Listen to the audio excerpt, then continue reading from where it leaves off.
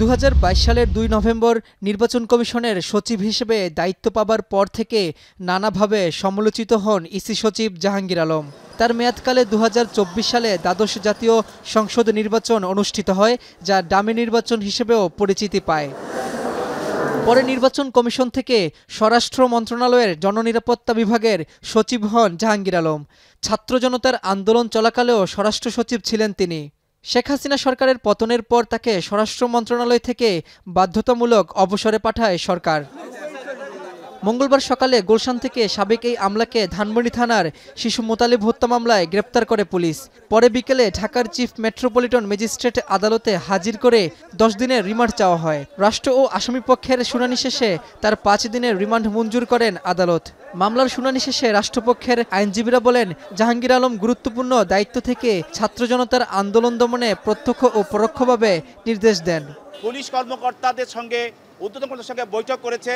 বৈঠক করে কিভাবে গুলি চালিয়ে এই ছাত্র আন্দোলনকে দমানো যায় সেইভাবে তাদেরকে নির্দেশ দিয়েছে। আজকের যে মামলা, সেই মামলায় আপনারা জানেন যে এটা একটি ধানমন্ডি থানায় হত্যা মামলা। এই হত্যা মামলায় একজন 14 বছরের কিশোর যে মোতালিব, সে পুলিশের গুলিতে নিহত হয়। এদিন সাবেক মন্ত্রী গোলাম দস্তগীর গাজীকে সাংবাদিক হাসান মাহমুদ হত্যা মামলায় গ্রেপ্তার দেখানো হয়েছে। এর আগে সিদ্ধিরগঞ্জ থানার 2 মামলায় কয়েক দফা রিমান্ড শেষে নারায়ণগঞ্জ জেলা কারাগারে ছিলেন তিনি। এছাড়া বিএনপির সাবেক সংসদ সদস্য নাজিম উদ্দিন হত্যা চেষ্টা মামলায় সাবেক উপমন্ত্রী আব্দুল্লাল জাকবের 5 ও আশুলিয়া থানায় শিক্ষার্থী রবিউস্তানি হত্যা চেষ্টা মামলায় সাবেক হুইপ মাহবুবারা গিনির 3 দিনের রিমান্ড দেন চিফ জুডিশিয়াল ম্যাজিস্ট্রেট আদালত। তিনি এজাহার বহির্ভূত একজন ব্যক্তি, তাকে সন্দেহবশত নিয়ে এসেছেন। তিনি একজন অসুস্থ মানুষ, একজন নারী মানুষ। 3 জনের এমপি আমরা আদালতের কাছে অনুরোধ করেছিলাম যে তাকে জেল হাজতে যেন তাকে জিজ্ঞাসাবাদ করা হয়। সুনির্দিষ্ট কোনো অভিযোগ তার বিরুদ্ধে নাই। আমরা বিজ্ঞ আদালতের কাছে বলেছি যে কি ক্রিমিনাল মামলা যদি হয় কারো বিরুদ্ধে, তাহলে তার নলেজ এবং তার পজেশন এবং তার ডেট অফ অকারেন্সে তাকে ওখানে উপস্থিত থাকতে হবে।